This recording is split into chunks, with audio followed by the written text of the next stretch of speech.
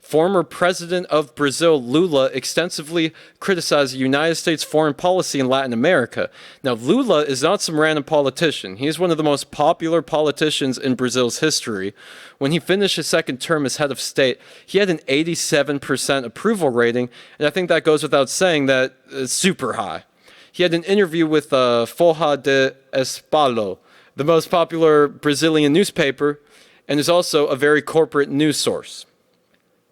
In the interview, he gave strong defense and support of the Venezuelan president, as well as expressing a degree of support for Evo Morales, who is the voted-in left-wing president of Bolivia, who was a victim of a violent coup where he was forced to flee Bolivia.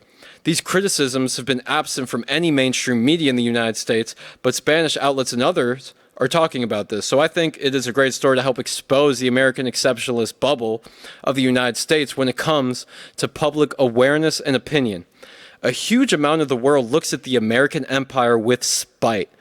And it's not because there's something wrong with all of them. It is because there is something wrong with us, in particular, the oligarchs that have a stranglehold around our democracy, including our foreign policy decisions. We will not tolerate the idea of sovereign countries in our hemisphere nationalizing their natural resources. And this is because of capitalism. Our foreign policy forces certain countries to stay third world and rejects their democracy, while we propagandize our citizens into believing that we do it for the exact opposite reason. But it just happens to do the opposite thing every time, because we make mistakes. It can't be that we were trying to do something else. It's just that, we tried to bring democracy there and, it didn't work. We'll try bringing it over here. South America is riddled with crime, violence, and political unrest as a side effect of our foreign policy. Don't allow our system to convince you of an American supremacist mindset. All the civilians and soldiers that have died in these endless Middle East wars have not died for a just cause. They did not die for a greater good. They died for a greater evil. All the innocent people who have fallen victim to the violence of the drug war in Latin America did not die due to good intentions. You can root the intentions of the drug war to capital and ownership, just like you can for the war against terrorism. Imperialism and capitalism go together quite naturally.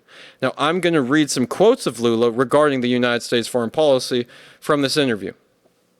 So when Lula was replying to claims of the Bolivian elections not being legitimate and marred with complications, in air quotes, now the idea that Evo Morales stole the election has been thoroughly debunked.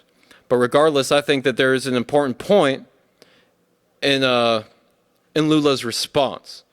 So what he said was, wasn't George Bush complicated in his election against Al Gore? It was complicated. Bush took control of the government for 8 years. Was Trump not complicated? It was complicated. And he took power. So I brought these quotes up to emphasize that we aren't any different, special, more pure version of democracy compared to other countries. I mean, George Bush lost the popular vote in 2000, and Trump lost the popular vote in 2016.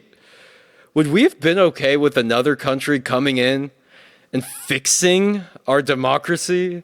Or would we see that as a huge infringement on our sovereignty? I'm pretty damn sure that we would not have been okay with it. And the rest of the planet feels the same way. If you catch yourself thinking from an American supremacist perspective, my advice would be to stop reading the New York Times or Washington Post and stop watching pretty much all cable news. Do your own fact-checking. In this age of unlimited sources of information and tools for verifying information, we all have to educate ourselves. Some journalists I would recommend to start seeing the bigger picture would be Abby Martin and Max Blumenthal and Aaron Mattei. All fantastic.